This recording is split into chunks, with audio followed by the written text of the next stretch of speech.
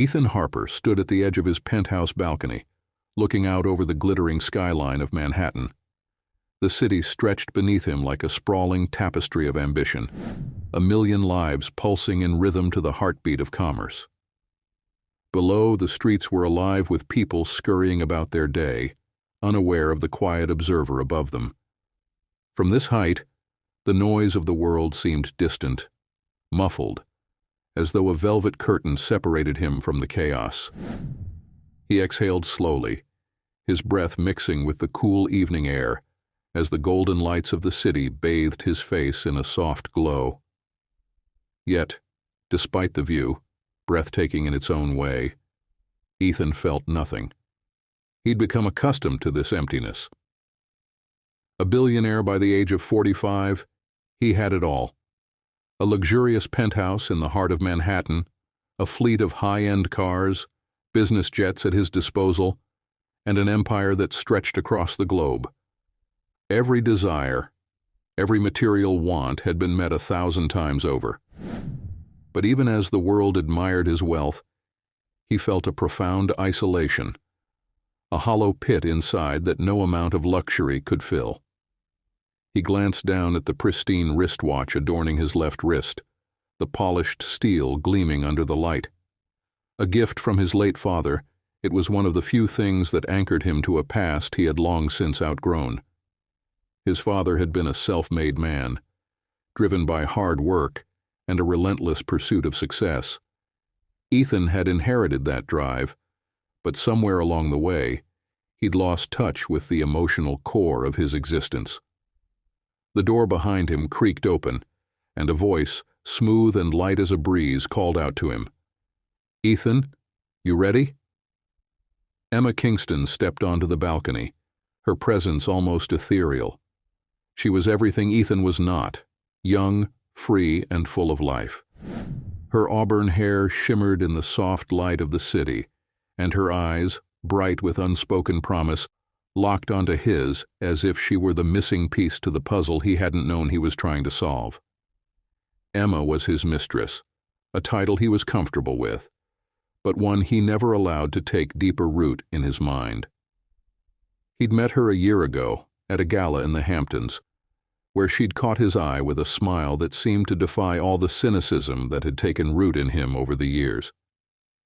She was a rising star in the world of interior design, but what attracted him most was her youth and vitality, her ability to remind him of the passions he had buried beneath the weight of his wealth and responsibilities. "Almost," Ethan replied, his voice tinged with the same detachment that colored his every interaction. He didn't mean to be cold, but he had learned long ago that vulnerability, emotion, and intimacy only complicated things. He took a last look at the skyline, feeling the ever-present emptiness gnawing at him. Emma moved closer, wrapping her arms around his waist and leaning her head against his chest. He didn't pull away. He never did. There was something about her, something magnetic, that drew him in despite himself. Still, he couldn't shake the feeling that he was never truly seen. Not by her. Not by anyone. "Are we really doing this?" she asked, her voice quiet but insistent, as though reading his thoughts. "I mean, you know that Claire's going to find out eventually, right?" Ethan stiffened slightly, the name of his wife cutting through the fog of his thoughts. Claire, his wife of 20 years, his partner in the most successful business venture of his life. She had been his equal, his confidant, and the person he had once thought he couldn't live without.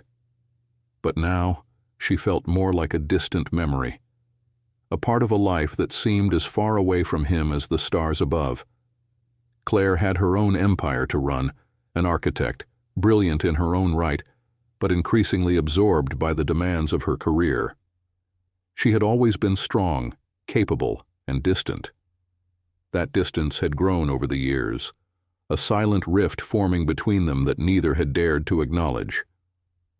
The last time they had truly connected was years ago, before their world had become a series of meetings, negotiations, and obligations. Ethan's lips tightened at the thought of Claire. He wasn't proud of his affair with Emma, but it was the only thing that brought him a semblance of joy these days. Yet, despite the moments of passion, despite the thrill of their secret encounters, he knew that this too was only temporary. Emma's youth and charm could never fill the void that gnawed at him, that hollow space where love should have been. "I'm not sure what you mean," Ethan said, his words clipped. He didn't want to discuss Claire right now. He didn't want to admit that his marriage was a shell of what it had once been. Instead, he turned to face Emma, forcing a smile. "Let's not think about her right now. We have this weekend." Emma raised an eyebrow. "We always have this weekend, don't we?" "But what about when the weekend's over? What happens then?" Ethan didn't have an answer for that. What did happen when the weekend was over? He would return to his sterile penthouse. Claire would be waiting, the same cool, detached woman she had become over the years, and the cycle would begin again. Another week of business deals, meetings and dinners with people who saw him only for his wealth, never for the man beneath the polished exterior. As Emma stepped back to adjust her jacket, the realization hit him with a sharp sting. He didn't know if he was even capable of real connection anymore. "You ready to go?" she asked, giving him a playful wink. Ethan nodded, masking the turmoil that bubbled just beneath the surface. They had a private jet waiting, and he would follow her to the Hamptons as he always did, because what else was there? His life, despite its opulence, had become a series of performances, and Emma was merely another act in the ongoing drama of his existence. As they walked toward the elevator, Ethan stole one last look at the Manhattan skyline, its beauty now tinged with an unbearable sadness. The city had always been a symbol of everything he had ever wanted, but now it felt like a cage, a gilded prison, and no matter how many weekends he spent in the Hamptons or how many women he surrounded himself with, he couldn't escape the truth that haunted him. Nothing could fill the emptiness. The private jet's engines hummed softly as it soared above the clouds, the rhythmic sound a far cry from the tension coiling within Ethan's chest. The cabin was elegant, understated luxury in every corner, a far cry from the chaos of his mind. He sat across from Emma, who had settled comfortably into her seat, her legs crossed with a casual grace that seemed at odds with the moment. She glanced out the window, watching the city below fade into the distance, her eyes lost in thought. The silence between them was more profound than he cared to admit, and it gnawed at him. Was this all they had? A weekend here and there, fleeting moments in the midst of lives that would otherwise continue on without either of them? "Ethan!" Emma's voice broke the silence, soft yet carrying an edge. She turned toward him, her expression thoughtful but guarded. "You're quiet today." He offered a tight smile, forcing his gaze to meet hers. "Just thinking," he said, though the truth was far more complicated. There was too much to think about, too much he didn't know how to confront. Emma arched an eyebrow, her lips curving into something resembling a smirk. "About what? Me? Or her?" Her voice dropped on the word her, the possessiveness barely concealed behind a veil of light-heartedness. Ethan stiffened slightly at the mention of Claire. He wasn't in the mood for Emma's usual playful digs about his wife, but he couldn't entirely blame her. He had set the stage for this dynamic long ago, allowing his marriage to fray while indulging in the comfort of Emma's youth and beauty. Still, he wasn't sure if he could handle this conversation right now, not with the weight of his growing dissatisfaction pressing on him from all sides. "What does it matter, Emma?" he replied, his voice colder than he intended. "You know I'm here with you, don't you?" "Isn't that enough?" She didn't respond immediately. Instead, she studied him with an intensity that made him feel exposed. Then, she leaned back in her seat and sighed, a sound filled with frustration. "I don't know," she said, her tone tinged with a raw honesty that made Ethan uneasy. Is it enough, Ethan? Am I really enough? Her words lingered in the air, and for a moment the only sound was the hum of the jet's engines. Ethan's heart skipped a beat, a pang of guilt rising from somewhere deep within him. The question caught him off guard, and for the first time in a long while, he didn't have an answer. He shifted uncomfortably in his seat, his gaze flitting to the window, trying to hide from the weight of her eyes. I told you, Emma. I'm here. I'm with you. What more do you want from me? Emma's laugh was low, almost bitter. What more do I want? I want you to stop lying to yourself. You think I don't see it? You think I don't feel it, Ethan? He opened his mouth to respond, but she raised a hand to stop him. You think I don't know what I am to you? She continued, her voice a mix of hurt and resignation. I'm the distraction, the momentary escape. The beautiful woman you can play with while your real life is waiting for you back in Manhattan. But that's all I am, isn't it? A pretty little secret that you can slip into your pocket when you need to feel something real. Her words stung more than he expected, and his silence only seemed to confirm what she had said. Emma's gaze never left him, and for the first time, she wasn't playing the role of the carefree, charming mistress. She was raw and vulnerable, her facade cracking before him. I never asked for more, Ethan said quietly, the words slipping out before he could think. You knew what this was. What this is. I thought I did, Emma replied, her voice softening, but the hurt was still there. But now I'm not so sure. She swallowed hard as though trying to push down the emotions threatening to rise. I thought I could handle being the other woman. I thought I could handle being your woman. But it's not enough anymore, and it hasn't been for a while. Ethan felt the weight of her words settle in his chest. There was nothing he could say to ease the tension between them. Emma had always known their relationship was built on impermanence. He had kept it that way, safe, uncomplicated until now.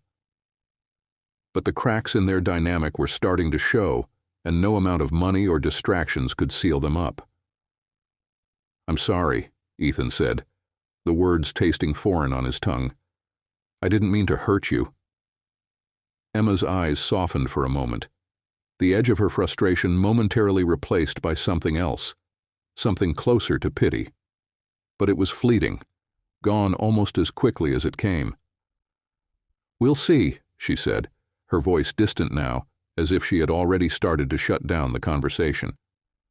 She turned her attention back to the window, her gaze once again fixed on the passing clouds, as if seeking answers in the endless stretch of sky. Ethan sat back in his seat, his mind swirling with a mixture of regret and confusion. He hadn't expected this weekend to unravel in this way, to be forced to confront the deeper questions he had been avoiding for so long. But Emma had made him face something he hadn't wanted to admit, not even to himself. The truth was, he had never fully committed to her, to their relationship. He had been playing a part, just as he had been in his marriage to Claire. He had convinced himself that wealth could make up for the emptiness he felt inside, that success could compensate for the lack of genuine connection. But somewhere along the way the lines had blurred, and now he was left with the realization that neither Emma nor Claire could fill the hollow space within him. The jet continued its journey through the clouds, but Ethan felt more grounded than he ever had before, caught between two worlds, each pulling him in opposite directions, neither offering the solace he so desperately needed. The private jet landed in the Hamptons, just as the last rays of sunlight kissed the horizon, casting a golden hue over the sprawling beach house that awaited them.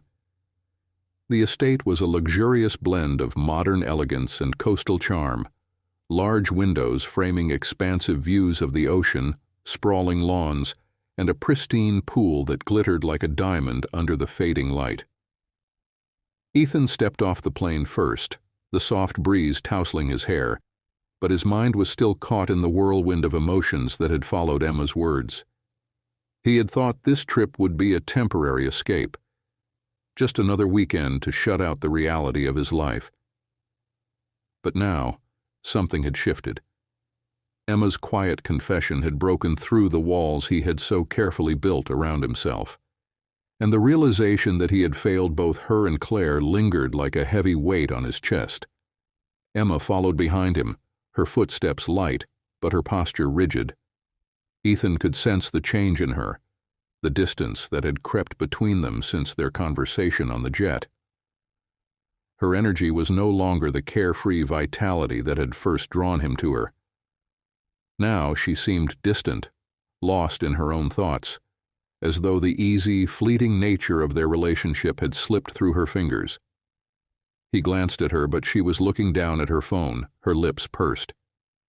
He had been so consumed by his own emotional turmoil that he hadn't even noticed the shift in her behavior.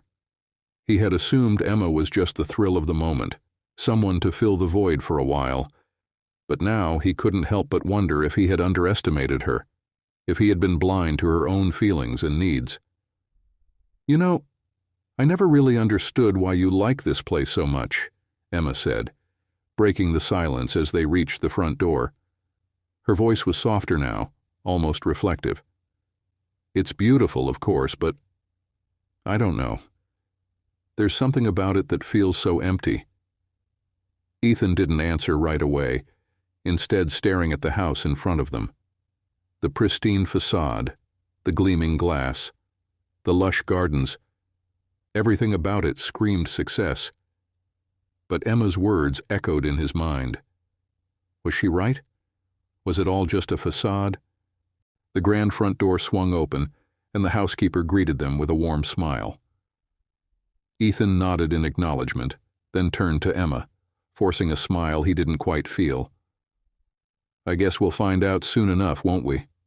he replied, his voice lacking the usual conviction. As they stepped inside, the house seemed to swallow them whole. The vast space was both breathtaking and isolating.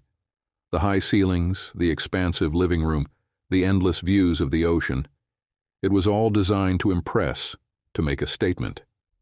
But in that moment, all Ethan felt was the emptiness that came with a life filled with things, but lacking in connection.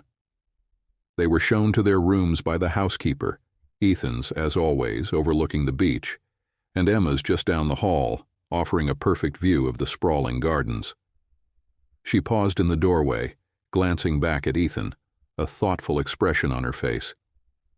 "I'll meet you downstairs for dinner," she said, her voice cool.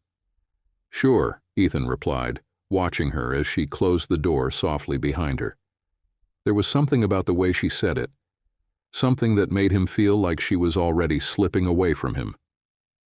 Ethan wandered to the window, his thoughts a tangle of guilt, frustration, and confusion. He had built this life, this world of luxury and success, but it wasn't bringing him happiness. He couldn't keep pretending that it was enough. The affair with Emma had started as a distraction, but now it felt like it was unraveling. And Claire, his wife, his partner for so many years, was never far from his mind. Was he simply doomed to repeat the same mistakes over and over again? Was this all life had to offer? A cycle of fleeting pleasure and inevitable disappointment? He didn't know anymore. A knock at the door pulled him from his thoughts. He turned, expecting Emma, but instead found James, his assistant, standing in the doorway with a neutral expression. "Ethan," James said, his voice calm, almost detached. "We need to talk." Ethan raised an eyebrow, his pulse quickening. "What's going on?" James stepped inside, closing the door behind him. There was an air of urgency in his demeanor that immediately made Ethan's stomach tighten. James had always been the level-headed one, the one who kept him grounded. But tonight, something about him seemed different, off. "It's the business," James began, his tone measured but laced with an underlying tension. "There's been a situation with the properties in Miami. The press is starting to get wind of some discrepancies. If it gets out, it could damage your reputation and the company." Ethan's stomach dropped. His mind flashed to the recent high-profile deal in Miami, a multi-million-dollar project that had been the crown jewel of his latest business venture. A potential scandal was the last thing he needed, especially now with his personal life in turmoil. "Damn it," Ethan muttered, running a hand through his hair. "How bad is it?" "We need to act fast," James replied. "There are a few leaks already, and we've got to contain this before it spirals out of control. I've already contacted the PR team, but we need your direction. This could be bigger than we thought." Ethan's thoughts raced as he processed the information. The weight of the situation hit him with brutal force. This was the kind of crisis that could tear everything down: his company, his reputation, everything he had built. And yet, even as the gravity of the situation sank in, another thought gnawed at him. Was he so consumed by this business empire, by his pursuit of wealth, that he had lost sight of what truly mattered? James could see the conflict playing out on Ethan's face. "You need to decide what's more important," James said, his voice softer now. "Your legacy, your reputation, or the people you care about. You can't keep juggling both forever." The words hit Ethan like a punch to the gut. Could he really keep living this way? Trapped between his marriage, his affair, and his empire, all while failing to truly connect with anyone? Could he keep pretending that his wealth and power were enough to fill the emptiness inside? He didn't know the answer yet. But something inside him was beginning to change. The dinner table was set beneath the expansive windows of the beach house, the soft glow of candlelight flickering over the polished wood. The scent of grilled fish and fresh herbs filled the air, but Ethan couldn't shake the weight in his chest, the tension that had followed him all day. He had planned this weekend to be a chance to escape everything: the mess of his marriage, the pressure of his business, the uncertainty in his own heart. But it seemed that every corner he turned only led him deeper into himself, deeper into the realization that nothing in his life was as it seemed. As he sat down at the table, he stole a glance at Emma, who was already seated across from him. She looked stunning, as always. Her golden hair was swept into soft waves, and her dress, an elegant, sleeveless number in deep navy, clung to her curves in all the right ways. Yet, despite her beauty, there was a subtle shift in her demeanor that Ethan couldn't ignore. The playful, flirtatious energy she usually exuded was absent tonight. She had withdrawn into herself, and every word she spoke felt like it was coated in a layer of frost. Ethan could sense the distance between them, the unspoken words hanging in the air like an invisible wall. She avoided his gaze, focusing instead on the wine glass in front of her, swirling the red liquid absent-mindedly. The easy companionship they once shared now felt strained, as though they were both playing parts in a story neither of them believed in anymore. "You're quiet," Ethan said, trying to break the silence, his voice betraying his unease. Emma didn't look up. "I'm fine," she said, her tone clipped.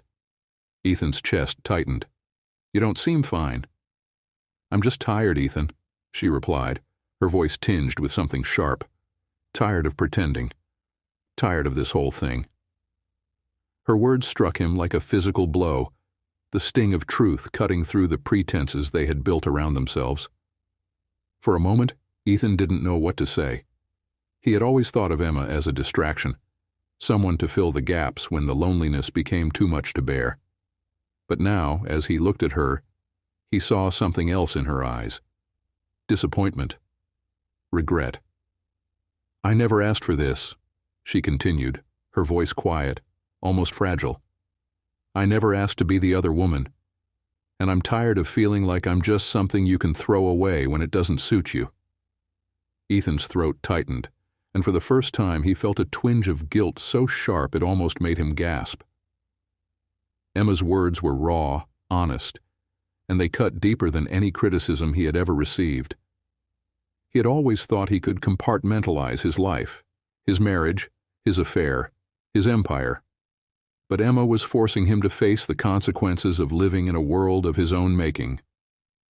"Emma," he began, his voice softer now, laced with regret. "I didn't mean for it to be like this." Emma looked up at him then, her eyes meeting his with a quiet intensity that made his pulse quicken. "But it is like this, Ethan. You've been living a lie, and I've been playing along because I thought I was enough. But I'm not. And that's not on me. That's on you." The words hit him harder than he expected, and the room suddenly felt smaller, the air thicker. He tried to speak, but the words caught in his throat. The business crisis back in Manhattan, the tension with Claire, it all seemed so distant now, overshadowed by the gravity of this conversation. He realized as he sat there across from Emma that he had been living in a constant state of avoidance. He avoided facing the truth about his marriage. He avoided confronting the emptiness that gnawed at him from within. And now Emma was asking him to stop pretending, to stop running. She sighed, leaning back in her chair, and for a moment Ethan could have sworn she looked broken. "I don't want this anymore, Ethan. I can't keep being the woman you run to when your life is too much to handle. I want something real, something whole, and I don't think you're capable of giving that to me. Not now. Not ever." Her words lingered in the air long after she spoke them, hanging between them like a heavy fog. Ethan sat in stunned silence, his mind racing as he tried to process what she had said. He had never thought about Emma in terms of her own needs, her own desires. She had always been a part of the world he could control, someone who existed outside the demands of his business and his marriage, someone who existed for him when he needed her. But now, her rejection was like a mirror, reflecting all the parts of himself he had tried to hide from. He wasn't sure if he felt relief or fear. All his life, he had surrounded himself with things he could control, wealth, power, status. But now it seemed as though everything was slipping through his fingers. "Emma," Ethan said, his voice breaking for the first time in years. "I never wanted to hurt you." She nodded, her gaze softening, but only slightly.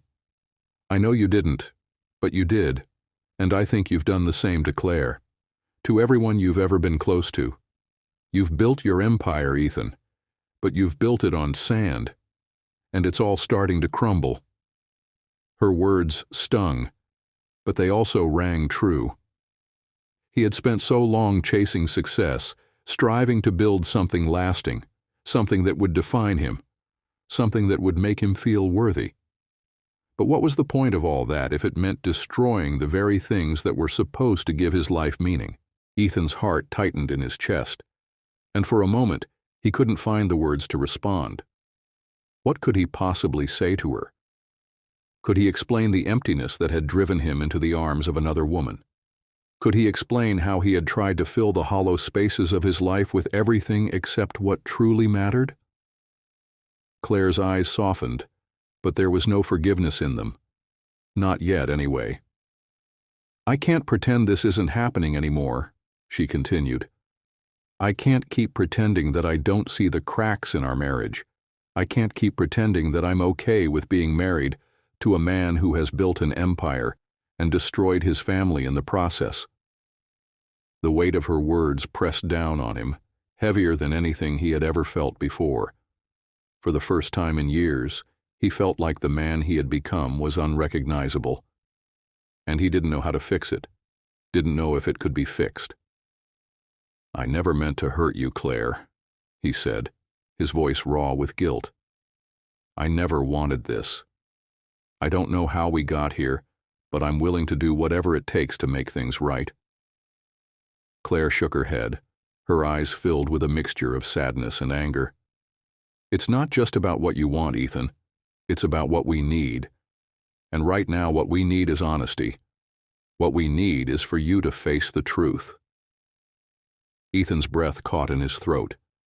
The reality of the situation finally settling in. His life, the life he had built, was unraveling before him. The business, the money, the fame, none of it mattered if he didn't have Claire, if he didn't have the one thing that had once made everything else worthwhile. "I know I've failed you," Ethan said, his voice trembling slightly, "and I'm sorry. I'm so damn sorry. But I don't want to lose you, Claire. I don't want to lose everything." Claire's expression softened just a fraction, but she didn't let him off the hook. "You've been losing me for years, Ethan, and I'm not sure I can keep fighting for a man who's not here, even when he's in the same room. I've been fighting alone for too long." The silence that followed was thick, heavy with the weight of her words. Ethan wanted to reach out to her, to pull her close and make everything right, but he knew that was no longer his decision to make. Claire had reached her breaking point, and he wasn't sure if there was anything left between them to save. "I don't know what comes next," Claire said, her voice barely above a whisper. "But I can't keep living like this." Ethan stared at her, his heart aching with a deep, almost unbearable pain. He had thought he could control everything: his wealth, his business, his relationships. But now, as he looked at Claire, he realized that the one thing he couldn't control was his own heart. "I'm sorry," he repeated, his voice hoarse. "I'm sorry for everything." Claire turned and walked toward the door, but just before she left, she paused, looking back at him one last time. "I don't know if I can forgive you, Ethan, not yet, but I'm not going to pretend anymore. Not for you, not for anyone." And with that, she was gone. The sun had sunk below the horizon, casting the Hamptons into a soft, indigo dusk. Ethan stood by the window of his room, staring out at the ocean, but he wasn't seeing the waves. He wasn't seeing the steady ebb and flow of the tide that had always been so soothing to him. All he could see was Claire's face, the raw hurt in her eyes, the way her words had cut through him like a blade. She had left, not just the room, but the entire life they had built together. Claire had made her decision, and Ethan was left standing in the wreckage of it all. He had spent his life creating this empire, building something that he thought would provide him with everything he ever wanted: success, admiration, security. But as he stood there in the silence, he realized that all of it had come at the cost of the one thing that truly mattered: connection. Real connection. With Claire. With Emma. The soft click of the door behind him jolted him from his thoughts. He turned to find Emma standing in the doorway, her expression unreadable. She looked different, more fragile somehow, as though the weight of the previous evening had already started to take its toll on her. She was dressed in a simple cream-colored sweater and jeans, her hair loose around her shoulders. It was the first time in days that she didn't seem like the vibrant, untouchable woman who had walked into his life a year ago. Now she seemed just as lost as he was. "I thought you'd be gone by now," Ethan said quietly, his voice carrying the remnants of exhaustion and guilt. Emma didn't answer right away. Instead, she crossed the room slowly, her steps deliberate. She seemed to be looking for something, perhaps an answer she couldn't find, a way to make sense of the confusion they both felt. "I was going to leave," she finally said, her voice barely above a whisper. "But then I thought, maybe we need to talk." Ethan swallowed hard, his chest tightening. He had always been able to escape difficult conversations, running away from reality into the arms of his wealth, his business, or his other distractions. But right now, there was no escaping. Not with Emma, not with Claire. He was cornered, trapped in the truth of his own mistakes. "Talk?" he repeated, his voice hoarse. "What's there to talk about, Emma? You were right. I've been living a lie, and now it's all falling apart." Emma didn't move, but the way her eyes searched his, so full of emotion, so vulnerable, made his heart ache in a way he didn't know it could. For the first time, he saw the woman behind the glamour, the facade. Emma had been a means of escape for him, someone he thought would fill the emptiness, but in reality, she was just as lost as he was. "You never wanted me, Ethan," Emma said softly, her words like a soft sigh in the room. "Not in the way that I wanted you. You wanted a distraction, a momentary escape. And maybe, at first, I was okay with that. Maybe I convinced myself I was okay with that." Ethan's throat tightened. He opened his mouth to speak, but no words came out. How could he explain the emptiness he had carried with him all these years? How could he explain the loneliness that had driven him into her arms in the first place? He had tried to find solace in wealth, in power, in Emma, but it had never been enough. He had always known that. But now, hearing her voice crack with emotion, he realized that he had never truly seen her. Not really. "But I'm not okay with it anymore," Emma continued, her eyes bright with unshed tears. "I'm tired of being a temporary fix, Ethan. I'm tired of being someone you only turn to when you need a distraction from your real life. I want more than that. And you're not capable of giving it to me. Not now. Not after everything." Ethan felt his heart sink. The truth in her words hit him like a tidal wave, and he couldn't breathe. He had never understood what Emma needed from him. He had never asked. He had assumed their relationship was built on a mutual understanding of what it was: fleeting, temporary. But Emma was looking for something deeper, something he couldn't offer. He stepped toward her, but she took a step back, her gaze hardening slightly. "I'm not here for your apology, Ethan," she said, her voice steady now, though her eyes were full of emotion. "I'm here because I need to make a choice. And so do you." The words hung in the air between them, heavy with significance. Ethan didn't know how to respond. The weight of everything that had happened, everything he had failed to see, was too much to bear. His chest constricted as he looked at her. This woman who had given him everything, her heart, her trust, and he had squandered it all. "Do you love me, Ethan?" Emma's voice broke through the fog in his mind, pulling him back to the present. She was looking at him with an intensity that made him feel as though she could see through every mask, every defense he had ever put up. He opened his mouth, but the words didn't come. He had never been good at love, not really, not in the way that mattered. He had loved Claire once, but somewhere along the way that love had faded into routine. He had convinced himself that his success, his wealth, were enough to fill the void that had formed between them. But now, standing in front of Emma, he saw the truth. He had never really loved either of them. He had loved the idea of love, the image of it, but never the reality. "I don't know," he whispered, the words tasting bitter on his tongue. "I don't know if I ever did."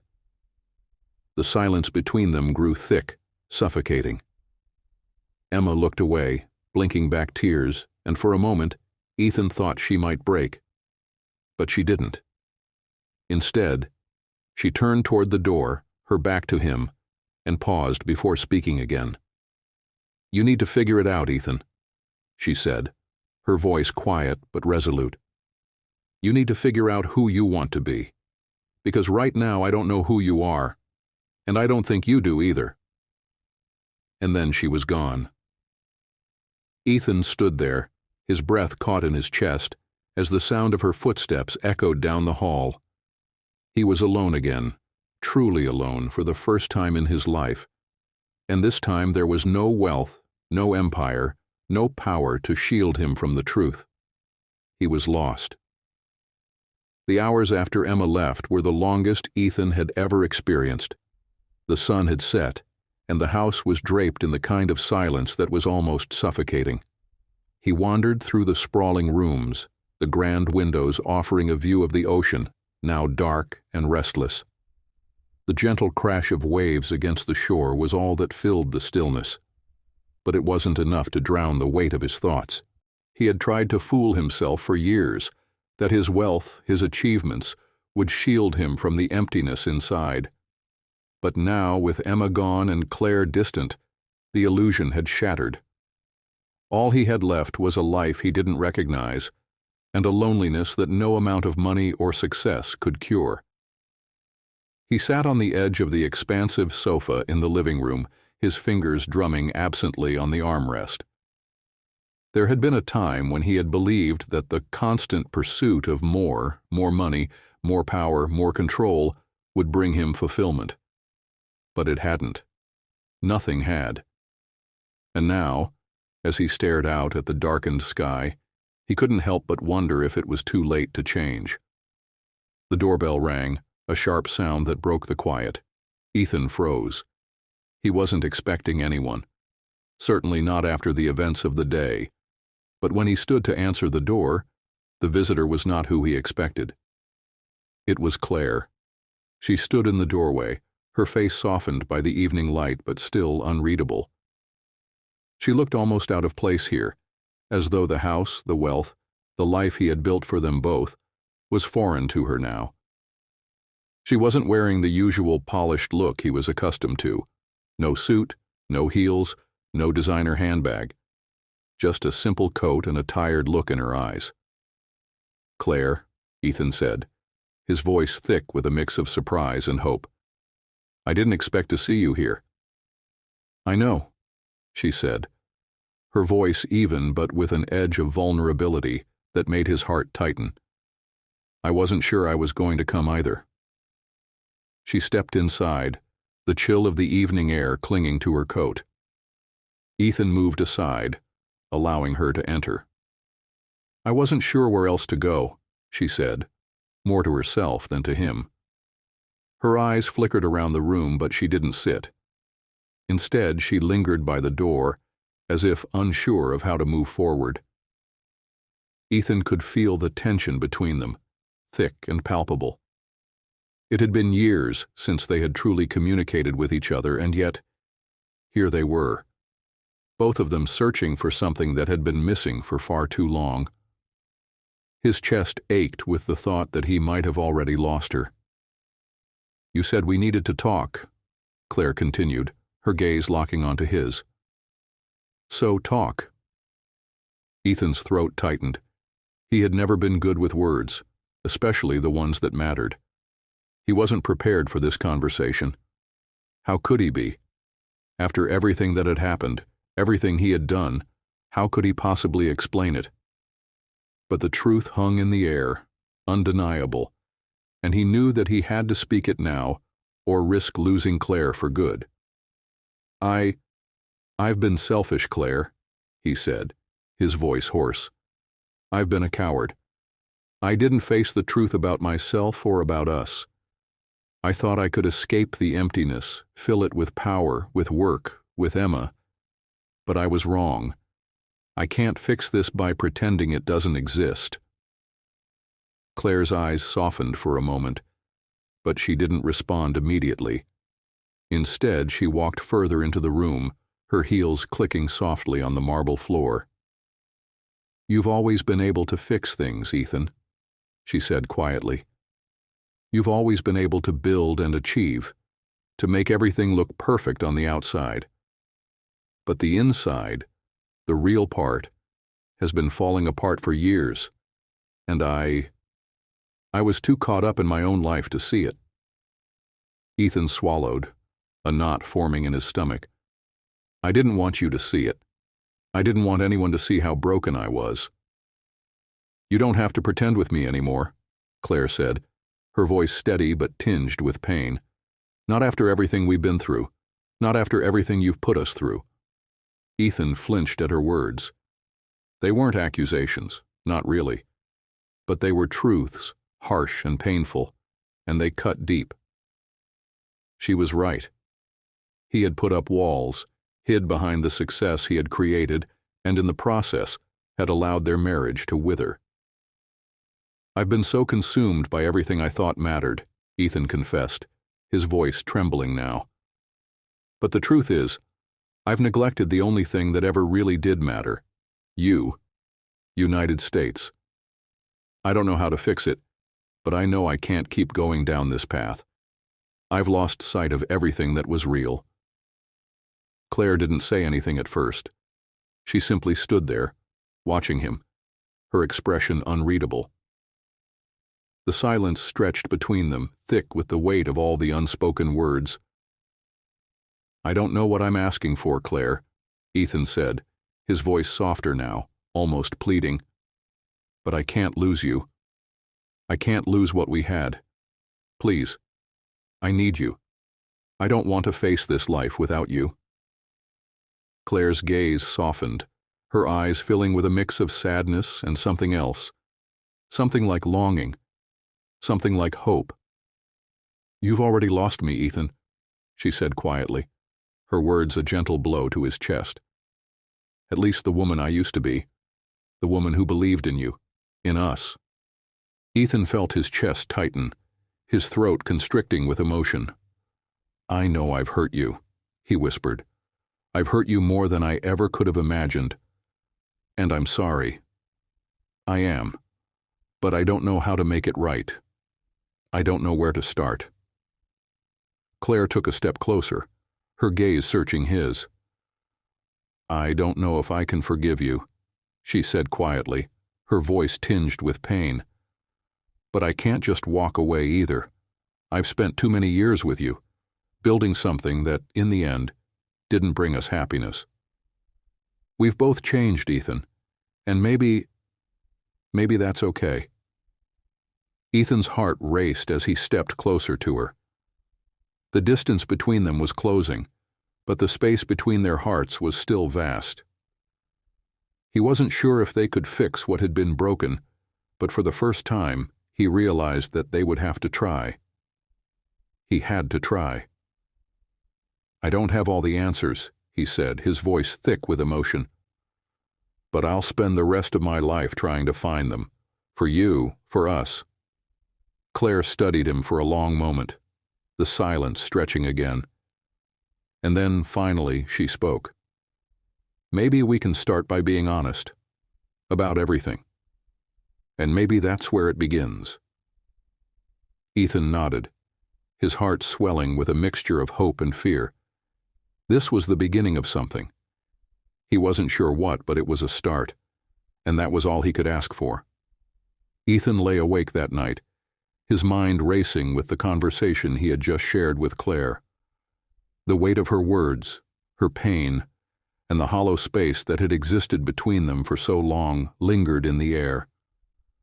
The house, which had once been a symbol of his success, now felt cold and empty, a reminder of all the things he had sacrificed for a life that, in the end, had left him hollow. He couldn't sleep. Every time he closed his eyes, he saw Claire's face, her expression a mix of grief and quiet resolve.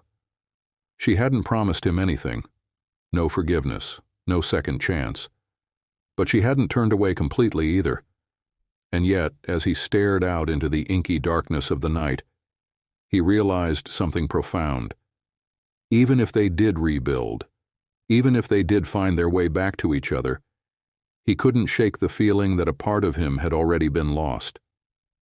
He had built his empire, his wealth, but in doing so, he had lost himself. And that realization was more frightening than anything he had ever faced. A knock at the door broke his train of thought, sharp and sudden. Ethan pushed himself off the bed, his body stiff, and walked toward the door, half expecting it to be Claire. But when he opened it, he was met with the last person he expected. Emma.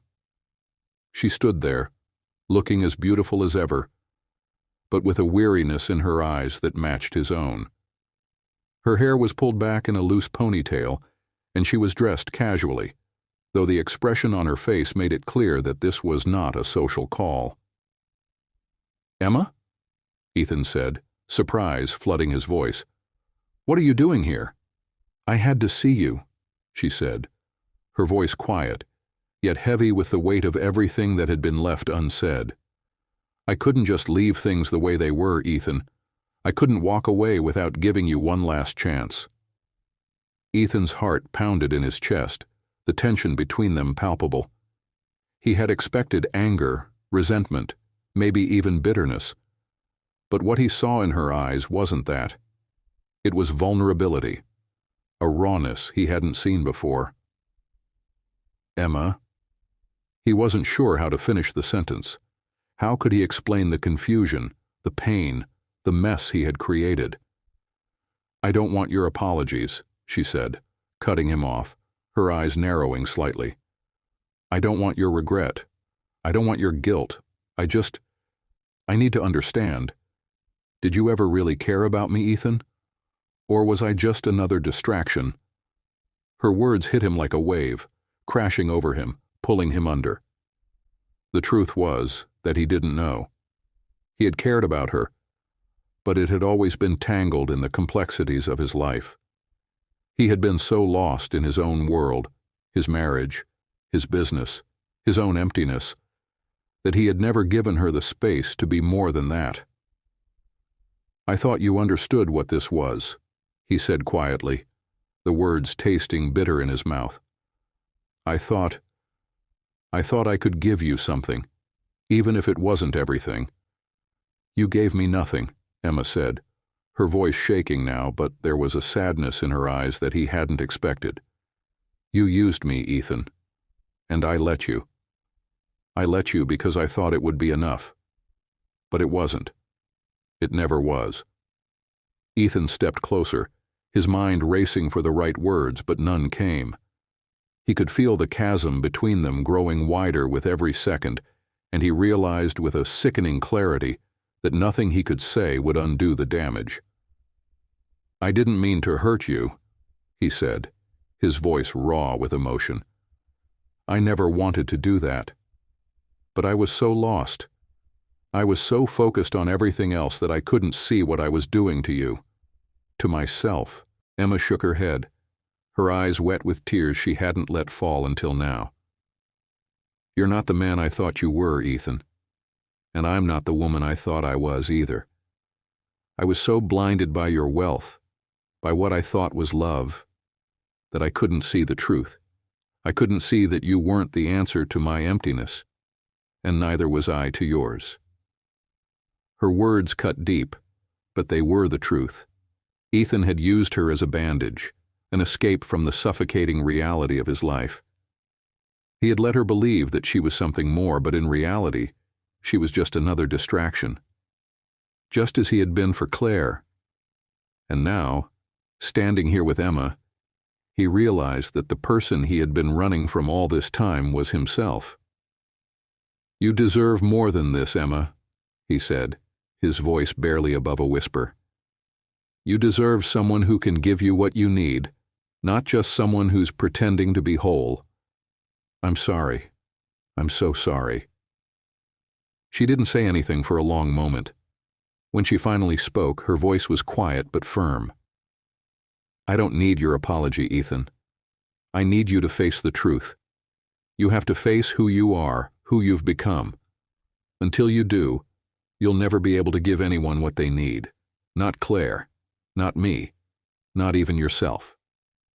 She paused, her eyes searching his, and for a brief moment Ethan thought she might reach out, might offer him some kind of forgiveness, but instead she just looked at him with an expression that was both sad and resigned. "I came here to give you a chance to change," Emma said, her voice trembling, "but I can't make that change for you. Only you can do that." With those final words, she turned and walked toward the door. Ethan watched her leave, the sound of her footsteps echoing in the hallway, and for the first time, he truly understood what he had lost. The door clicked softly behind her, and Ethan stood there staring at the space she had just occupied. He was alone again, but this time, the silence was different. This time it wasn't just the absence of another person. It was the absence of everything he had ever built, everything he had ever believed in.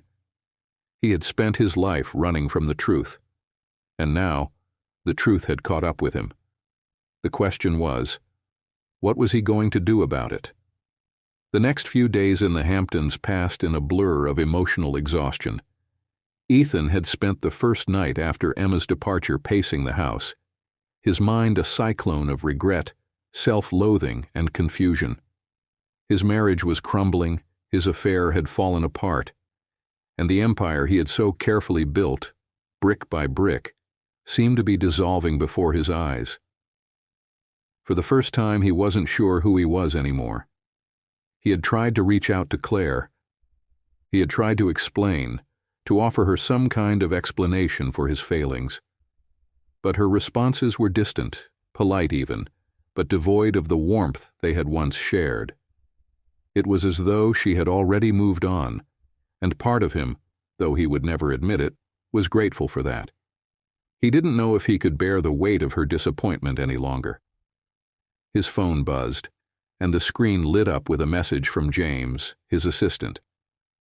The text was brief, but enough to pull him from his spiraling thoughts. "Ethan, I've called an emergency board meeting for tomorrow morning.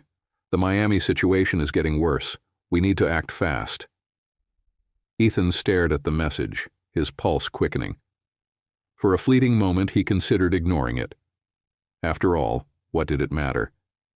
His company, his wealth, had been the very thing that had distanced him from the people who mattered most. But then the reality of the situation set in. If the business was falling apart, if he let it slip through his fingers, then what would he have left? With a sigh, Ethan typed a quick reply. "I'll be there." He dropped the phone on the desk, feeling the weight of his choices pressing down on him again. It had always been about the next deal, the next acquisition, the next victory. But as he looked around the room, at the ocean view, at the grand furniture, at the life he had created, he couldn't shake the feeling that all of it was meaningless. And still, he was left with the question, what now? He stood and moved toward the window, watching the waves crash against the shore. He had built a world of luxury, of pristine beauty, but in the silence, he was reminded of something essential. None of it had ever been enough. The next morning, Ethan found himself sitting in the conference room of his Manhattan office, surrounded by the same faces that had once admired him for his brilliance and drive. Now, as he entered, they barely looked up, their gazes colder, more calculating. They were all waiting for him to fix things, to clean up the mess he had created. James greeted him at the door, his expression unreadable. "We've been doing damage control all night. The press is starting to get hold of the story, and if we don't take action, it could sink us. We need to address the board and make decisions. Fast." Ethan nodded, feeling the familiar pressure weighing on him again. But today, it felt different. Today the stakes weren't just about stock prices or business acquisitions. Today, everything felt personal. The boardroom was long and sterile, a reflection of the cold, corporate world Ethan had come to embody. His seat at the head of the table was a place he had once claimed with pride, but now it felt more like a throne in a crumbling kingdom. The board members sat around him, their faces indifferent, their conversations hushed. Ethan cleared his throat and stood, placing his hands on the cold, polished surface of the table. "I know things have been difficult recently," he began, his voice carrying across the room, despite the tightness in his chest. "The Miami project has spiraled out of control, and I take full responsibility for that." The room fell silent, but not in the way he had hoped. There was no sympathy, no understanding, only an uncomfortable, expectant quiet. He could almost feel their judgment hanging in the air. "We have a plan to contain the damage," he continued, trying to steady his nerves. "But it's going to require all of us to make sacrifices. I'm willing to take a hit personally, if it means saving the company." The board members exchanged looks, murmurs passing between them, but no one spoke. Ethan knew what they were thinking. They wanted results, not promises, and he had nothing left to offer but words. Finally, one of the senior members, a woman named Margaret, spoke up. "We appreciate your commitment, Ethan, but let's be honest. Your personal situation is affecting your leadership. There's a perception problem here. If we don't get ahead of this crisis, we'll lose everything we've worked for." The words hit Ethan harder than he expected. The last thing he wanted was to be seen as weak, someone who had let his personal life affect his ability to lead. But deep down he knew Margaret was right. His eyes flickered to James, who was sitting at the far end of the table. James gave him a brief nod, a silent gesture that seemed to say, "This is it, Ethan. This is where you make your choice." Ethan's mind raced as he looked around the room at the men and women who had built empires on the foundation he had created. For so long he had been driven by the desire to prove himself, to build something that would outlast him. But now, as the weight of the board's expectations pressed on him, he couldn't ignore the truth that had been whispering in the back of his mind. He had sacrificed everything to reach this point, and it had all come at the cost of his happiness. The board meeting continued, but Ethan barely heard the rest of the discussion. The decisions, the strategies, the corporate jargon, all of it seemed like background noise to him now. All he could think about was Claire and Emma, and the life he had chosen to leave behind. Later that evening, as Ethan sat in his office, alone with his thoughts, he couldn't escape the nagging feeling that his life was spiraling beyond his control. He had thought he could juggle his marriage, his business, and his affairs, but now he understood. None of it had been sustainable. He had sacrificed pieces of himself along the way, pieces that could never be replaced. And yet, despite everything, there was a flicker of hope inside him. A quiet voice that said it wasn't too late. That maybe, just maybe, he could rebuild, not just his empire, but his life. He picked up the phone and dialed Claire's number. Her voice, when it answered, was distant.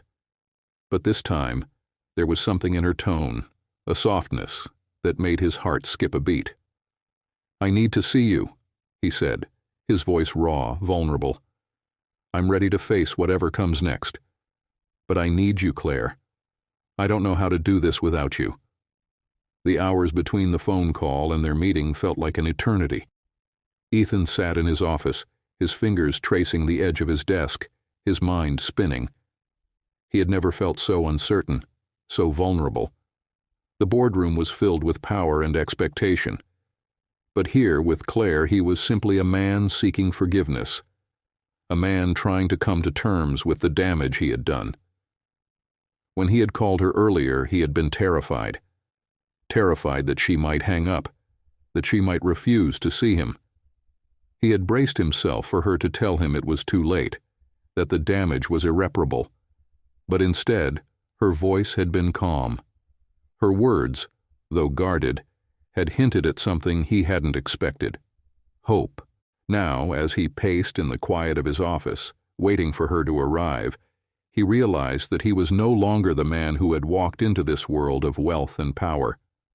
The person he had become was a stranger, a man who had lost himself in his pursuit of everything he thought mattered, and who was now left with the ruins of his relationships. The door to his office opened, and Ethan turned, his breath catching in his throat. Claire stood in the doorway, looking as beautiful and composed as ever. But beneath the calm exterior, he could see the remnants of her pain in her eyes. Her expression was neutral, but there was a guardedness to her that made his heart ache. "Claire," he said, his voice hoarse, "thank you for coming." She stepped into the room but didn't approach him right away. Instead, she paused by the window, her back turned to him as she gazed out over the city. The familiar view seemed distant now, just as distant as the life they had once shared. "You've been making a lot of decisions without me, Ethan," she said, her voice soft, but with a hint of something sharper underneath. "I'm not sure why you think I should come back into your life so easily." Ethan swallowed hard. He knew that he had no right to ask for her forgiveness, no right to expect anything from her. but he couldn't deny the yearning inside him, the desire to fix what he had broken. "I never meant to shut you out, Claire," he said, stepping toward her slowly, his voice filled with quiet urgency. "I was so focused on the wrong things, so consumed by my own failures, that I didn't see how I was losing you. Losing us. I've spent years trying to build something, but I've lost everything that truly mattered in the process." Claire didn't turn around. She didn't need to. The pain in his voice was enough. She had always known that Ethan was driven by something deeper than ambition, something darker, something he had never fully understood. It wasn't just about the business or the wealth. It was about running from the things that scared him, running from the reality of who he was, of what he had done. "I don't know what to do with you, Ethan," Claire said, her voice barely above a whisper. "I don't know if I can just forgive you. I don't know if I can trust you again." Ethan took another step closer, and this time she didn't pull away. Her back was still to him, but he could feel the tension between them, the years of silence and unspoken hurt swirling in the space they shared. "I'm not asking for forgiveness, Claire," he said, his voice thick with emotion. "I'm asking for a chance to prove that I can change, to prove that I can be the man you deserve." For a long moment, there was only silence. The city outside seemed to hum in the background, but Ethan's world was entirely focused on the woman standing in front of him, the woman who had loved him, who had stood by him, and who now seemed so far removed from the person she had once been. Finally, Claire turned around, her face softening just a fraction. Her eyes were tired, but they still held that spark, the strength that had always drawn him to her. "You say you can change," she said, her gaze steady on his. "But I don't think you even understand what you've done, Ethan. It's not just about the affair. It's about the fact that you've shut me out for years. I've been living in this marriage with a man who was physically present, but emotionally absent. And I don't know if I can go back to that." Ethan's chest tightened at her words. He had known, deep down, that this wasn't just about Emma. It wasn't just about the betrayal. It was about years of neglect, years of him being so consumed with his own ambitions that he had forgotten to nurture the one thing that had always mattered: his marriage. "I was a coward," he admitted, his voice breaking slightly. "I was afraid to face myself, to face the fact that I wasn't the man I thought I was. And I took that out on you. I shut you out because I didn't want to face the truth. But I can't keep living like this, Claire. I can't keep pretending that everything is fine when it's falling apart." Claire's expression softened, but only slightly. She crossed the room and sat down at the edge of the chair, her hands folded in her lap. "Ethan, I've been pretending too. I've been pretending that things were okay, that I could handle it. But I've been suffocating in silence. I've been watching you destroy everything we built, and I don't know if I can keep watching it happen." The truth hung between them like a heavy weight, but there was also something else, something fragile and tentative: hope. Ethan could feel it, pulsing in the air around them. "I don't expect you to just forgive me, Claire," he said quietly. "I know I've hurt you. I know I've hurt us. But I need you to understand that I'm willing to fight for us. For you. If you'll let me." Claire looked at him for a long moment, her eyes searching his, as though trying to see through the layers of guilt and regret. "I don't know if I can love you the way I did," she said softly, her voice trembling slightly. "But I don't know if I can let go either. I don't know if I'm ready to walk away from everything we've built together." Ethan's heart swelled in his chest, a bittersweet ache. It wasn't an answer. It wasn't a promise. But it was something. And for the first time in what felt like forever, it was enough. He knew that rebuilding would take time, if it was even possible, but at least now, they were no longer pretending. "I'm here, Claire," he said, his voice steady, "and I'm not going anywhere." As the silence stretched between them, Ethan realized that, in that moment, the future wasn't a certainty, but the possibility of it, the possibility of healing, of starting over, was something they both could work toward. And for the first time, he wasn't afraid to try. The days following their conversation were filled with a tense, fragile silence. Ethan couldn't quite shake the weight of Claire's words, the admission that they were both living in a marriage that had become more about survival than love.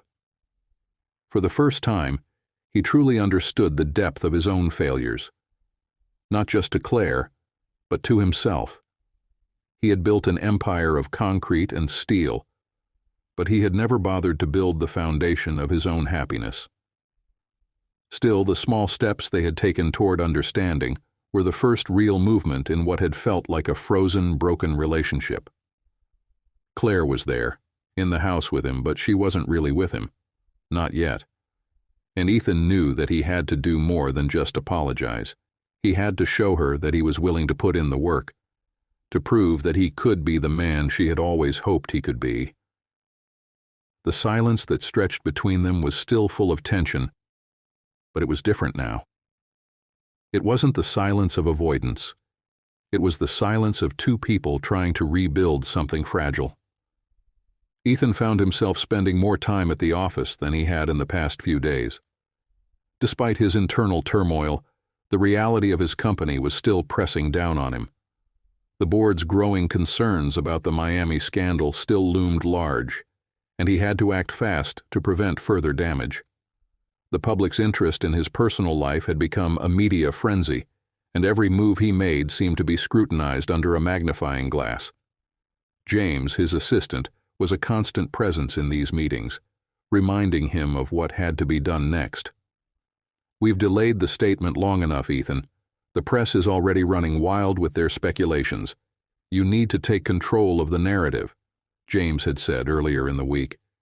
Ethan had agreed, but it felt more like a requirement than a choice. But as he sat in his office, staring at the chaotic mess of emails and messages that seemed to pile up faster than he could address them, a part of him wished that all the noise would just stop.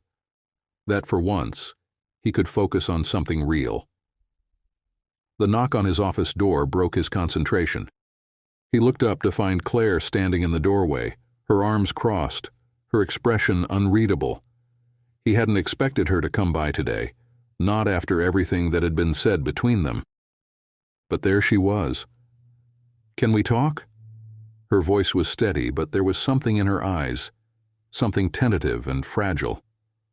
Ethan pushed aside his papers and stood up, a rush of emotion flooding through him. "Of course, come in." He moved around his desk, his heart pounding in his chest. The truth was, he wasn't sure what to expect from this conversation, but he knew it was important. They couldn't keep living in this limbo, where words and apologies didn't seem enough. Claire stepped inside, but she didn't sit down. Instead, she stood near the window, looking out at the city below. She was silent for a long time, and Ethan wasn't sure if she was gathering her thoughts or just avoiding his gaze. Finally, she spoke. "I've been thinking about what you said, about how we've been living in a marriage of convenience, just going through the motions." Ethan's chest tightened. He had known she would say something like that. She had every right to. "I know it's not enough, Claire," he said quietly. "I don't expect you to forgive me overnight, but I need you to know that I'm willing to do whatever it takes to rebuild what we had. I don't want to keep pretending." Claire turned to face him then, her eyes searching his. "Do you even know what that would look like? What it would take?" Ethan swallowed. The truth was, he didn't know. Not really. But for the first time in years, he realized that he needed to be okay with not having all the answers. "I know it won't be easy. I don't expect it to be. But I want to try." I want to face what we've avoided for so long. I want us to have a chance. To rebuild, if you'll let me." Claire's expression softened, but only slightly. She looked away for a moment, as if trying to process everything. Ethan could see the conflict in her eyes. She wanted to believe him, but there were walls in place that couldn't be torn down with a few words. "I don't know if I can do that," she said quietly, the weight of her words hanging in the air. "I don't know if I can trust you again, but I also don't know if I'm ready to let go of everything we've built, of everything we were." Ethan felt a pang of guilt in his chest. He had never realized how much Claire had sacrificed to keep their life together, how much she had held on to, even when he had let go. "I've failed you," he said, his voice thick with emotion. "I've failed us, and I don't know how to fix it, but I'm not asking for us to go back to what we were. I need a chance to prove I can be better, to prove that I can be the man you need." Claire didn't say anything for a long moment. She simply stood there, looking at him. It was as if she was weighing his words, deciding whether she could allow herself to believe them. Finally, she spoke again, her voice soft but firm. "I don't think I can forgive you right now, Ethan. I don't think I'm even ready to fully trust you again. But I'm willing to try. I'm willing to see if you can show me, not just with your words, but with your actions." Ethan's heart surged. It wasn't everything he wanted, but it was a beginning. It was a crack in the wall they had built around themselves, a crack that he could work to widen. He took a step toward her, his voice quiet but resolute. "Thank you," he said. "Thank you for being willing to try." Claire nodded, though her expression remained cautious. "But there's something else, Ethan. Something I need to say." Ethan paused, his breath catching in his throat. "What is it?" Claire looked at him, her eyes meeting his with a mixture of sorrow and resolve. "I'm not sure I can stay in this marriage if you don't change, if you don't show me that you're willing to do the work. It's not just about the affair. It's about everything, the way we've let this drift for so long." Ethan nodded, understanding the weight of her words. It wasn't just about him fixing things. It was about both of them, about finding a way to make this marriage work, not just for the sake of appearances, but for themselves. "I'll do whatever it takes," he promised, his voice steady now. "I'll prove to you that I'm ready to change. For you. For us." And in that moment, as Claire turned to leave, he realized that this was the beginning of something. Not a perfect solution, not an easy answer, but a chance. A chance to rebuild a life they had both almost lost. Ethan spent the next few days in a haze of self-reflection. The conversations with Claire had been hard but necessary. The shift in their dynamic, the delicate balance of hope and uncertainty, was a heavy burden. He had spent so many years running from his own emotions, burying himself in work and ambition, that facing the truth now felt like learning to walk all over again. He couldn't avoid the truth anymore. He had always thought success would fill the emptiness inside of him, but it hadn't. The thought of losing Claire, of losing the chance to rebuild what they had, gnawed at him constantly. But there was also the looming specter of his empire, the business that had given him everything he thought he wanted. As much as he hated to admit it, the weight of his responsibilities still held him captive. The phone buzzed on his desk, snapping him out of his thoughts. "James." Ethan hesitated before answering. "Ethan, we need to talk.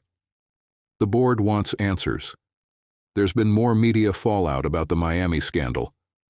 James's voice came through the line, tight and urgent. "They're pushing for a public statement, and frankly, they want you to handle it. They believe you're the only one who can salvage this." Ethan's gut twisted. There it was again, the pull of the business, the very thing that had defined his existence for so long, the thing that kept him tethered to a world he was growing increasingly disillusioned with. He could feel the weight of the board's expectations pressing down on him. "I know," Ethan replied, his voice flat. "I'll handle it. Set the meeting up for tomorrow morning." His fingers hovered over the phone as the weight of his responsibilities lingered in the air. Claire had asked for him to change, to prove that he could be the man she needed. But now, faced with the mounting pressures of his company, he was left wondering how much of himself he was willing to sacrifice. The next morning, Ethan found himself standing before the board once again, this time in a room that felt even more distant than usual. The business suits, the cold demeanor of his fellow board members, they felt like ghosts, reminders of a world he could no longer pretend to belong to. James stood at his side, eyes locked on Ethan with a mix of expectation and concern. He could tell that Ethan was distracted, the weight of his personal struggles seeping into his professional life. "We need a solid plan of action, Ethan," Margaret, a senior board member, said, her voice like ice. "The press is running wild. Our stocks are plummeting. You can't afford to hesitate." "I'm not hesitating," Ethan replied, his voice firmer than he felt. "I've got it under control." "Under control? Or under the rug?" Margaret pressed, her gaze piercing. "We need a public statement. We need to show the world that we're still capable of leading this company, that you're still the man who built it." Ethan looked around the table at the faces that had once admired him, now all too aware of the cracks in his persona. The reality of the situation hit him with sudden clarity. No matter what he did, the cracks were still there, visible for all to see. The scandal was just the surface. The real problem was much deeper. "I'll handle the statement," Ethan said, the words tasting like ash in his mouth. "But I need you all to trust that I'm doing what's necessary to fix this." The meeting continued, but Ethan felt detached, as though he were watching from the outside. His mind kept drifting back to Claire, to the fragile moment they had shared just a few days ago. He knew that whatever decision he made here would carry weight, both in the business world and in his personal life. When the meeting finally ended, Ethan left the room in a daze, his head spinning with the magnitude of what lay ahead. James caught up to him in the hallway, his footsteps echoing in the otherwise empty corridor. "You know this isn't just about the business, right?" James said, his voice low, almost sympathetic. "The press, the board, they're just a distraction. What's going on with Claire is what really matters." Ethan stopped in his tracks, turning to face James. His assistant's words hit harder than he expected, and for a moment he was almost angry. How could James understand? How could anyone understand the pressure of trying to hold everything together when it felt like everything was falling apart? "I'm doing everything I can, James," Ethan said, his voice tight. "But this company, this is what I've built. I can't just let it go. Not now." "I get it," James replied, his tone more measured. "But if you lose Claire, you'll lose everything you've worked for. Don't let this business consume you to the point where it costs you the only thing that really matters." Ethan stared at James, his mind racing. He wanted to dismiss his assistant's advice. He wanted to say that this was just business, that he had no choice but to follow through. But the truth gnawed at him. James was right. That night, Ethan sat alone in his penthouse, staring out at the glittering lights of Manhattan. He had drafted the statement for the press release, but every word felt hollow. The words were easy, polished, carefully crafted to protect the company's image. But they didn't mean anything. They didn't reflect who he was or what he was becoming. He heard the soft click of the door behind him. Claire entered, her presence calm but purposeful. She didn't say anything at first, just stood in the doorway, watching him as he sat in the shadows, his back to her. Ethan's heart skipped a beat, and for a brief moment, He thought of all the things he had yet to say, all the apologies he hadn't yet earned. "I've been thinking," Claire said softly, her voice carrying the weight of uncertainty, "about everything you said, about what you want." Ethan turned to face her, his chest tight. "Claire, I know I've messed up. I know I've hurt you. But I can't keep running from what's real, from what we had, from what we can still have." Claire stepped closer, her gaze steady. "I'm not asking for perfection, Ethan. I'm asking for honesty. I'm asking for you to be here, fully, with me, with yourself." Ethan stood, stepping toward her. He reached for her hand, and for a moment their fingers brushed, lightly, tentatively, as if testing the waters of a connection that had been buried for too long. "I can do that," he said quietly. "But I need you to know, Claire, this is no longer just about the business. This is about us." And for the first time in what felt like a lifetime, Ethan realized that he was finally ready to make the hard choice, to choose love over power. The following days felt like a slow unraveling. Ethan tried to focus on the statement that was scheduled for release, but his mind kept returning to Claire, to the delicate thread of hope they had started to rebuild. The fragile moments they shared in the penthouse seemed like an oasis amidst the chaos of his life, a life that had been filled with the pursuit of power, of wealth, of outward success, but had left him hollow inside. He wasn't sure what would come of his relationship with Claire, but for the first time in years, he felt like he was truly trying to face the truth. It wasn't just about the scandal anymore. It wasn't just about the press, or the company, or even his failed affair with Emma. It was about him, his choices, his mistakes, and whether he had the courage to make things right.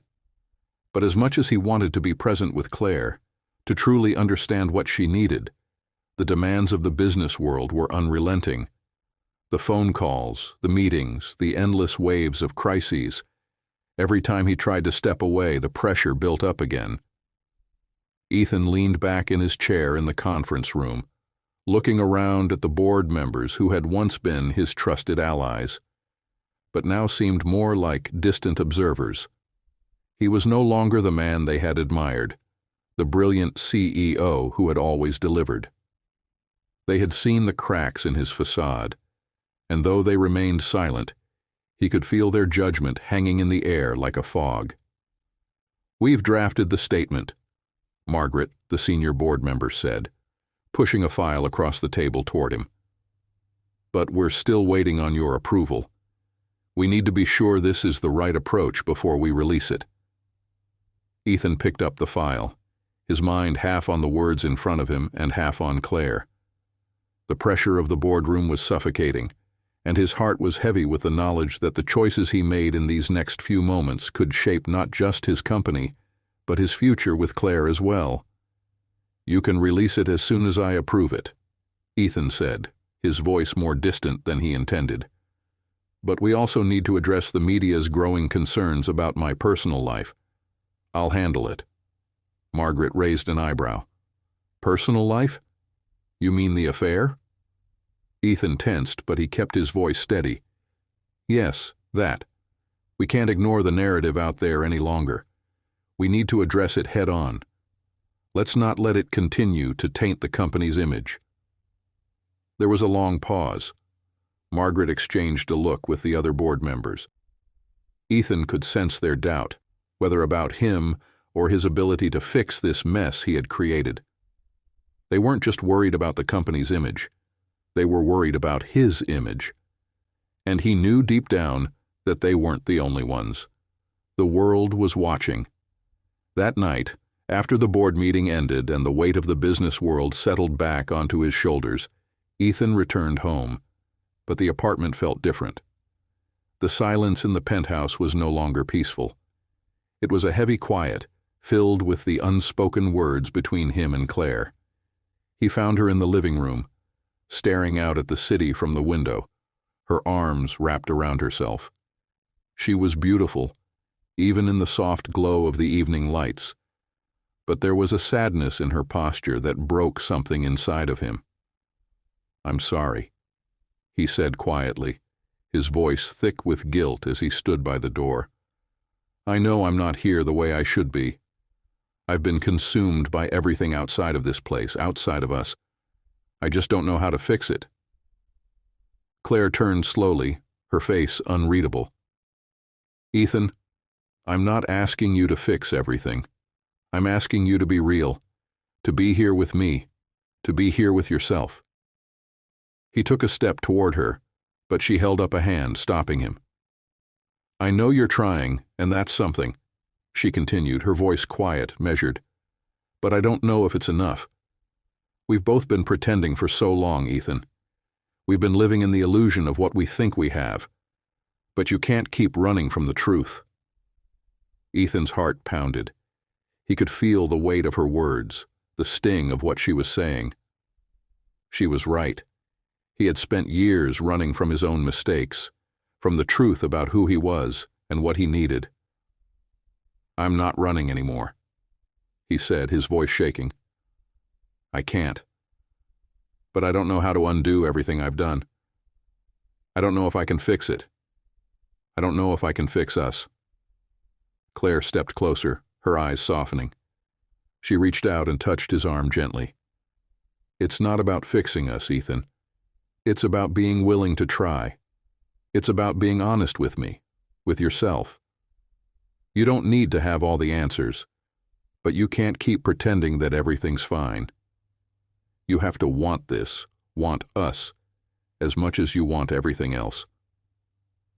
Her words hung in the air, like a lifeline he was too afraid to reach for. But the truth of them sank deep into his chest.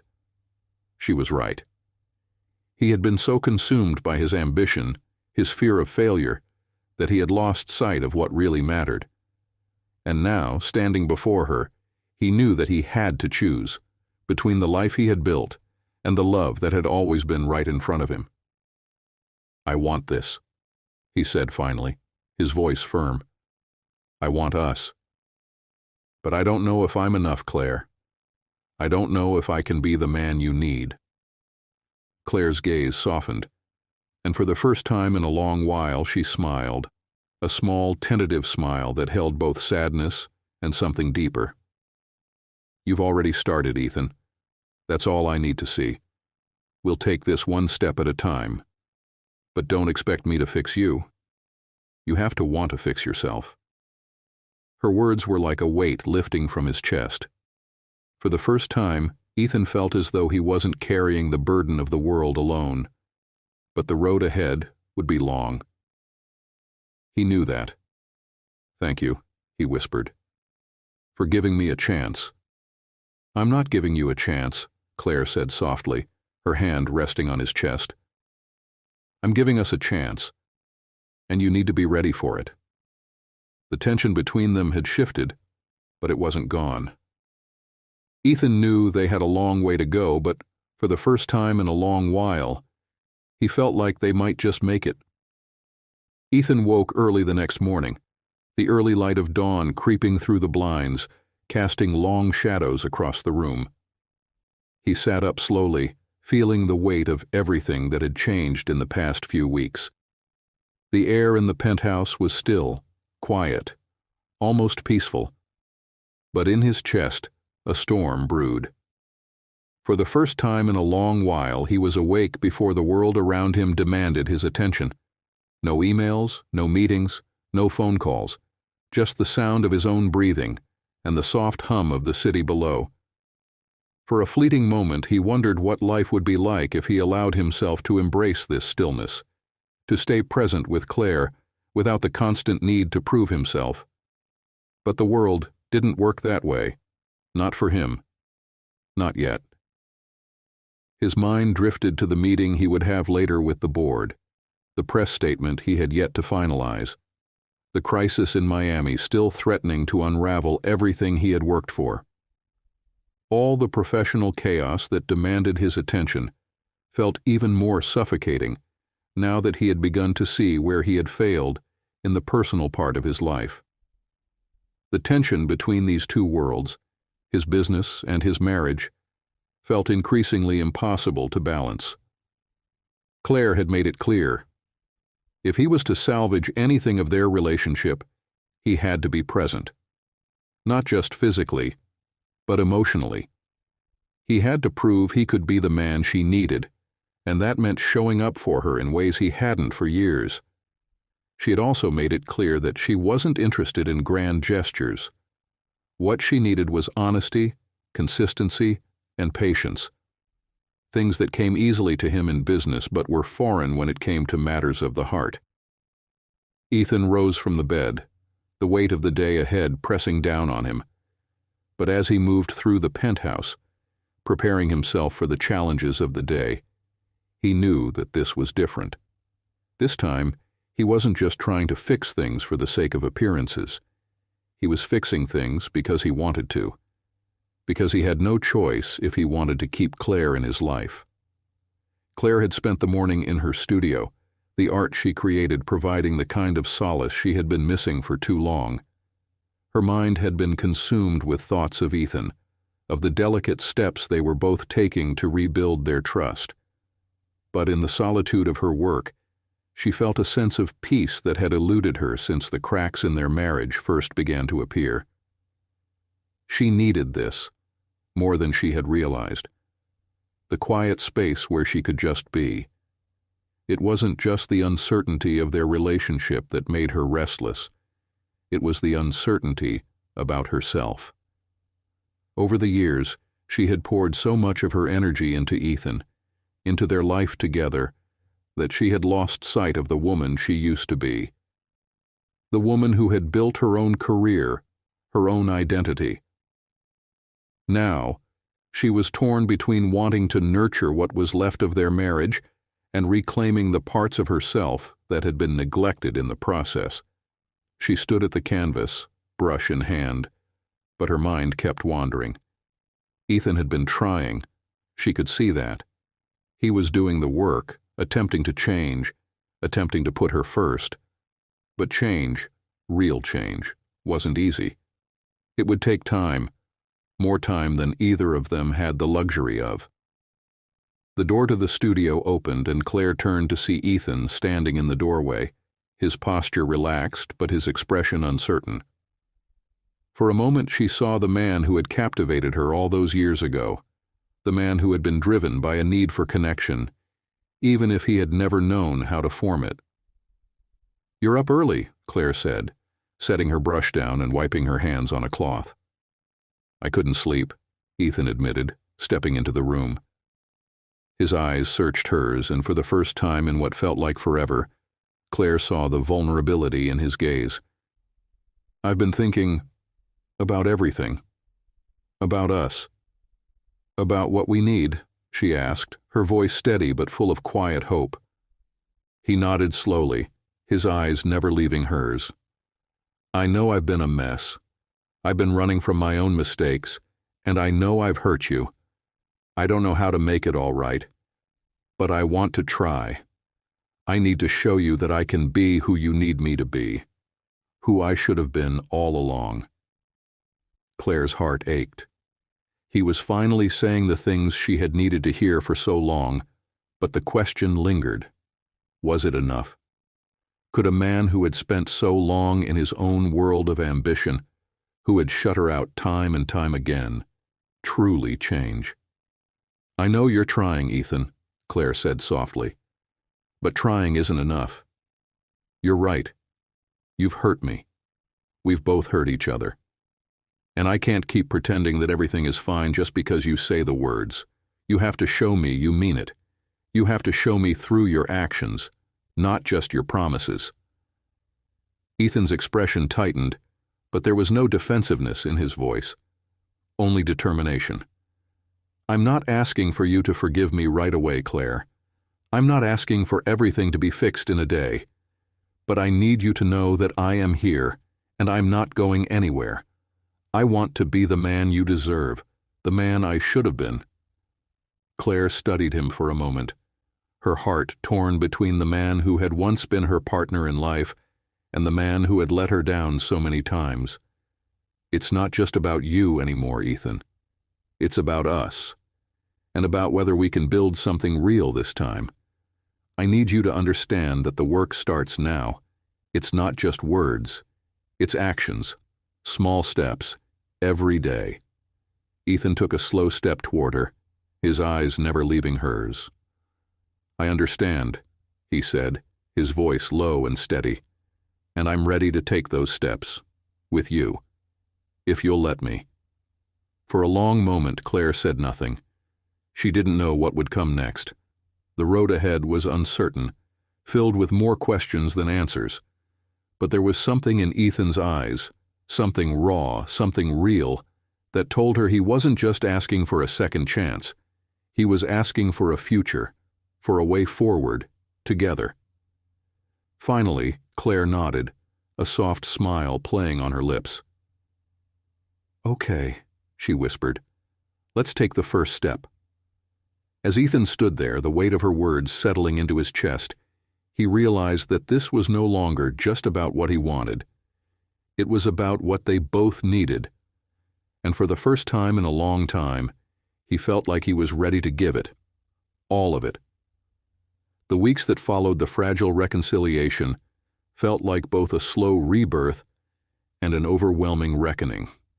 Ethan's life, once filled with the noise of business calls, press conferences, and endless demands, had shifted in a way that felt almost impossible to grasp. He had expected the change to be a grand gesture, a dramatic shift in the way he saw the world. But instead, it had come in small, quiet moments. Moments where he chose to be present, to truly listen to Claire, to understand not just what she needed, but what he needed. Every day was a new beginning. He had taken the steps, no matter how small, to rebuild the trust that had been broken. He hadn't just thrown himself into his work. Instead, he took the time to be with Claire, to support her in the quiet moments, to understand her world beyond the walls of their marriage. For the first time, Ethan was showing up, not just for the business world, but for the woman he loved. He was learning that love was never about grand promises or sweeping gestures. It was about the quiet, consistent actions that built trust over time. But still, even as he worked to repair what had been damaged, he knew there was one more decision he had to make, one that would change the course of his life, forever. It was late afternoon when Ethan found himself sitting at the small cafe near their apartment, a cup of coffee cooling in front of him, the steam dissipating into the cool air. The city buzzed around him, but he felt oddly disconnected from the hustle of it all. He wasn't here for a business meeting. He wasn't here for anything urgent. He was here because he had made a decision, one that had been quietly forming in the back of his mind for weeks. The phone in his pocket buzzed. It was a message from James, his assistant. "The board is asking for your final decision on the Miami project. They're ready to make the announcement as soon as you confirm." Ethan stared at the message for a long time. The board was expecting him to make a choice, one that would secure the company's future, but perhaps at the cost of his own peace of mind. His mind flashed to the countless meetings he had attended, the relentless push for more, for bigger, for faster. But as the world outside the cafe moved at its usual pace, Ethan knew what he had to do.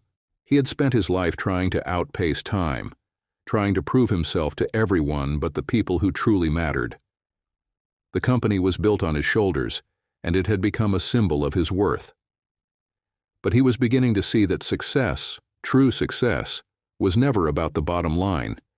It was about the people you loved and the legacy you built with them, not the numbers on a spreadsheet. Ethan stood up and walked to the counter, his decision clear in his mind. He could no longer chase wealth at the cost of his personal life. The company, though important, was not everything. He didn't need to be the man who had it all. He needed to be the man who was there, for Claire, for himself. When he walked into their apartment that evening, Claire was standing by the window, watching the sunset over the city. The sight of her, still and contemplative, filled him with a warmth he hadn't felt in a long time.